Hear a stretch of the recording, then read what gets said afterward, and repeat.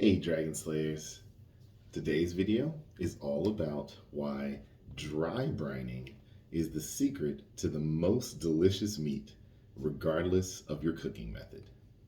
So, dry brining is just a catchy term for a very simple process. This process is salting and resting your meat before cooking it. Some people call it pre-salting, which is kind of like preheating an oven.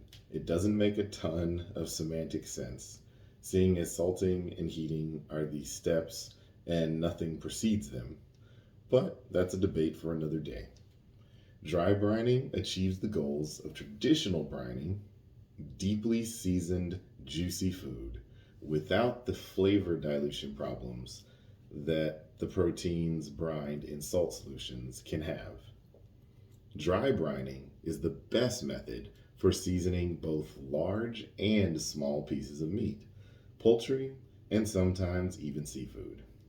Along with producing juicy, flavorful results, dry brining also helps us get better Maillard browning and crisp skin.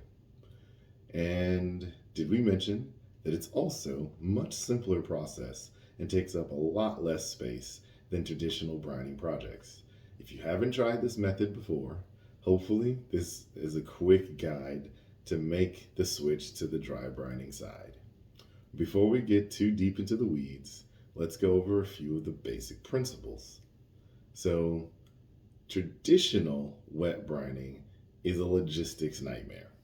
When you're working with something as big as a turkey, who has giant food safe buckets kicking around to plunge an entire bird into?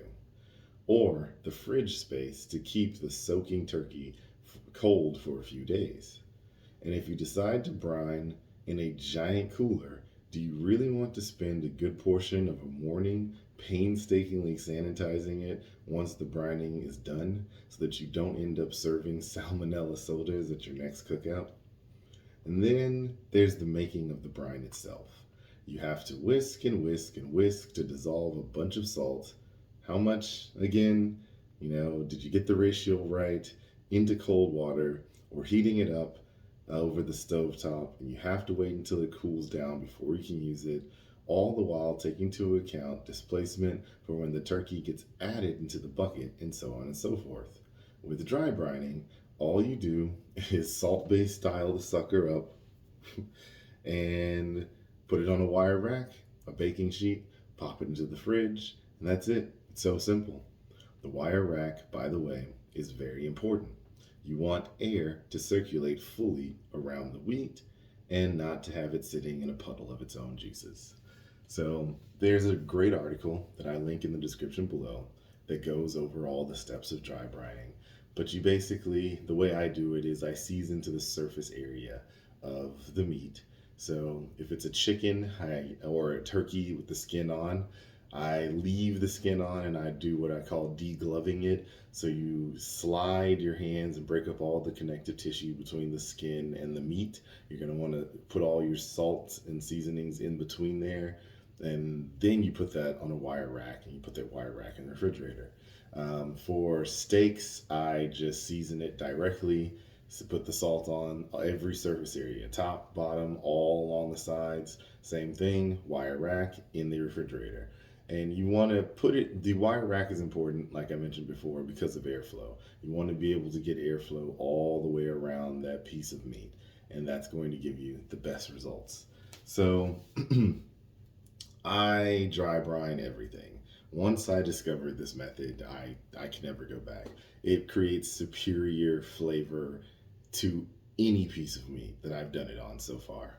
So for steaks, I would do at least 5 to 6 hours for every 1 to 2 inches, however thick your steak is. So if it's anywhere between 1 to 2 inches, 5 to 6 hours should be good. You can go a little longer, but I wouldn't go past like 10 to 12 hours because it starts to change the texture of the steak entirely.